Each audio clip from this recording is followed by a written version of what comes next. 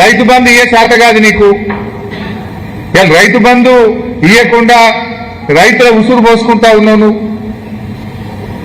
వాళ్ళ ముఖ్యమంత్రి గారు ఏమైనా అడిగితే డబ్బులు లేవంటాడు. నీకు మాత్రం 100 కోట్ల రూపాయలతో నువ్వు క్యాంప్ ఆఫీస్ కట్టుకోవచ్చు, 100 కోట్లు పెట్టి ఫుట్బాల్ ఆడొచ్చు. నువ్వు నీకు ఫుట్బాల్ ఆడడానికి పైసలు ఉంటాయి, కోట్ల రూపాయలతో క్యాంప్ ఆఫీసులు కట్టుకోవడానికి పైసలు ఉంటాయి, అందాల పోటీలు నిర్వహించడానికి పైసలు ఉంటాయి. లేదు ఫ్యూచర్ సిటీలో 1,00,000 కోట్లు ఖర్చు పెట్టడానికి పైసలుంటాయి. మూసీలో పేదల ఇండ్లు కూలగొట్టి గాంధీ విగ్రహం పేరిట 1,000 కోట్ల రూపాయలు ఖర్చు పెట్టడానికి పైసలుంటాయి. రైతులు అనగానే పైసలు లేవని చెప్పి ఇవాళ మాట్లాడుతూ ఉన్నాడు.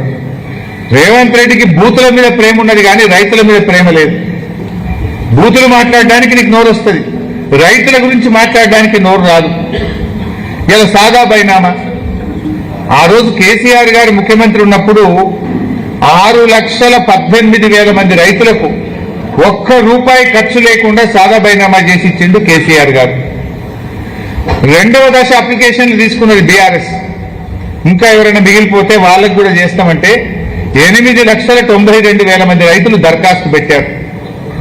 ఈ రోజుకు కాంగ్రెస్ ప్రభుత్వం ఒక్కరికి కూడా సాదా బైనామా చేయలే. కేసీఆర్ గారు సాదా బైనామా ఎట్లా అమలు చేసిండ్రు? మోక మీద పోయిండు, భూమి కొన్నది నిజమేనా, పక్కనుండే రైతుల్ని అడిగిండ్రు, ఈయన సాగు చేసుకుంటుండా అని అడిగిండ్రు.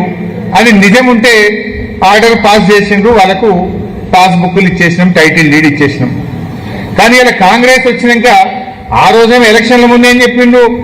మేము గెలవంగానే ఎల్ఆర్ఎస్ ఫ్రీ, సాదా బైనామా ఫ్రీ, మేము గెలవంగానే ఎస్సీ ఎస్టీల భూములకు పట్టాలు ఇస్తాం.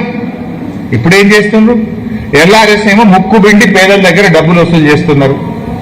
ఎస్సీ ఎస్టీల భూములకు పట్టాలు ఇస్తామని చెప్పి పట్టాలు ఇస్తలేరు. కానీ ఎస్సీ ఎస్టీల భూములు రేవంత్ రెడ్డి ముఖ్యమంత్రి అయిన తర్వాత 1,00,000 ఎకరాల ఎస్సీ ఎస్టీ భూములను ఇలా ప్రభుత్వం స్వాధీనం చేసుకున్నది.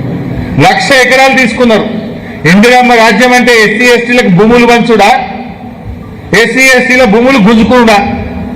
రేవంత్ రెడ్డి ముఖ్యమంత్రి అయినాక హైదరాబాద్, రంగారెడ్డి, సంగారెడ్డి, మేడ్చల్, హైదరాబాద్ పరిసర ప్రాంతాల్లో 1,00,000 ఎకరాల ఎస్సీ ఎస్టీ భూములను ఇవాళ స్వాధీనం చేసుకున్నారు. ఎలక్షన్ల ముందేమో పట్టాలు ఇస్తామన్నారు, గెలిచి గద్దెనెక్కినాకనేమో భూములు లాక్కుంటున్నారు మీరు. అట్లనే సాదా బైనామా తప్పకుండా చేస్తామన్నారు. 8,92,000 మంది కేసీఆర్ గారి హయాంలో అప్లికేషన్ పెట్టుకున్నారు సెకండ్ ఫేజ్ లో. ఇవాళ వీళ్ళు వచ్చినాక ఏం చేసిండ్రు? అమ్మినోళ్ళు అఫిడవిట్ ఇవ్వాలన్నట.